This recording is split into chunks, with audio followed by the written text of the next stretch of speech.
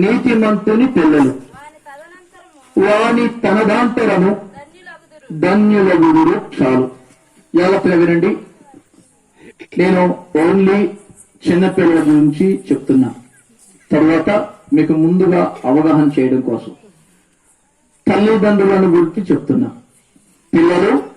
పిల్లలను కన్నా తల్లిదండ్రులు. జాగ్రత్తగా వినండి.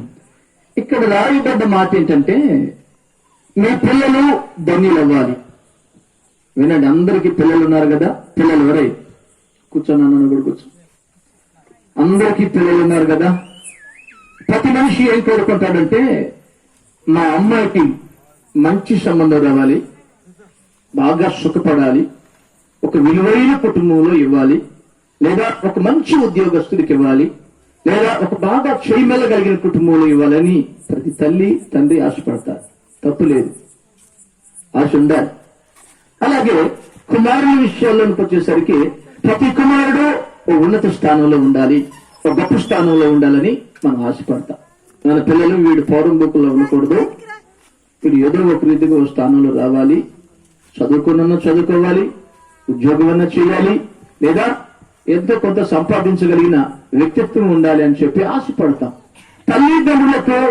తల్లిదండ్రులకు ఇలాంటి ఆశ లేని వారు ఎవరైనా ఉన్నారా? నేను మిమ్మల్ని అందరిని అడుగుతున్నా, ఇలాంటి ఆశలు లేని వారు ఎవరైనా ఉన్నారా? లేదండి. సర్వసాధారణంగా అందరికీ ఉండే ఆశలే అవి. మా అబ్బాయి బాగుండాలి, నా అమ్మాయి బాగుండాలి, వారి జీవితాలు బాగుండాలి,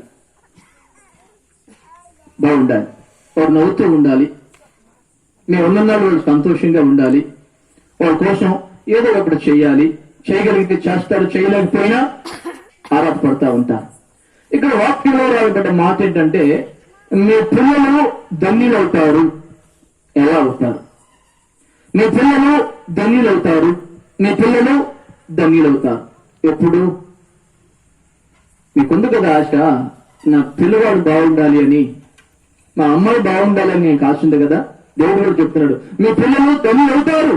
నేను కూడా చెప్తున్నాను, ప్రభు అంటున్నాడు, నేను కూడా చెప్తున్నాను, మీ పిల్లలు ధన్యులవుతారు. ఎప్పుడో తెలుసా? మీ తనదాంతరం అంటే మీ తర్వాత మీ పిల్లలు ధన్యులవుతారు. అవునా ప్రభువా? ఓకే అయ్యా, మా తర్వాత మా పిల్లలు ధన్యులై గొప్పవాళ్ళై మంచి ఉద్యోగస్తులైతే నాకు సంతోషం అయ్యా. మంచిదే, నీకున్న ఆలోచన మంచిదే, నీకున్న కోరిక మంచిదే, నీ పిల్లలు దీవించడం మంచిదే.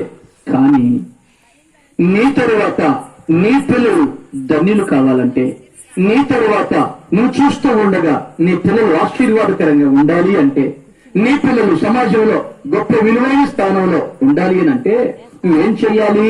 పైలైన్ చదవండి ఒకసారి. పైలైన్ చదవండి. పైలైన్ 27వ వచనంలో 7వ వచనం దాని కింద పైలైన్ మొదటి లైన్ యథార్థవంతుడును, తర్వాత అయి నువ్వు ఉండాలి. ఏం చెప్పాడండి? నీ పిల్లలు ధన్యులు కావాలంటే నువ్వు యథార్థవంతుడు అయి ఉండాలి. మీరందరూ ముందుకు జరగండి దయచేసి. దయచేసి ముందు వాళ్ళందరూ కూడా ముందుకు జరగండి. దయచేసి ముందు వాళ్ళందరూ జరగండి అమ్మా. దయచేసి జరగండి అమ్మా. పెద్దమ్మ జరుగు, ముందుకు జరుగు. నీ కాళ్ళు చెప్పుకుంటావు, ఏం కాదు, అందుకే నీకు ప్లేస్ ఉంది. జరగండి అమ్మా. వెనకొచ్చేళ్ళు కొంచెం ప్లేస్ ఇవ్వండి, ముందుకు జరగండి. పిల్లలు కూడా ముందుకు రండి. ఎవరన్నట్టు ఖాళీ ఉంది, పట్టా ఉంది. దయచేసి కుర్చీలు వేసుకున్న వాళ్ళు దయచేసి కొంచెం వెనక్కి వేసుకోండి, కూర్చుంటా. నువ్వు ముందుకు జరుగు, నేను వెనక జరుగుతాను. లేపిన టైం అయిపోయేటట్టే ఉంది.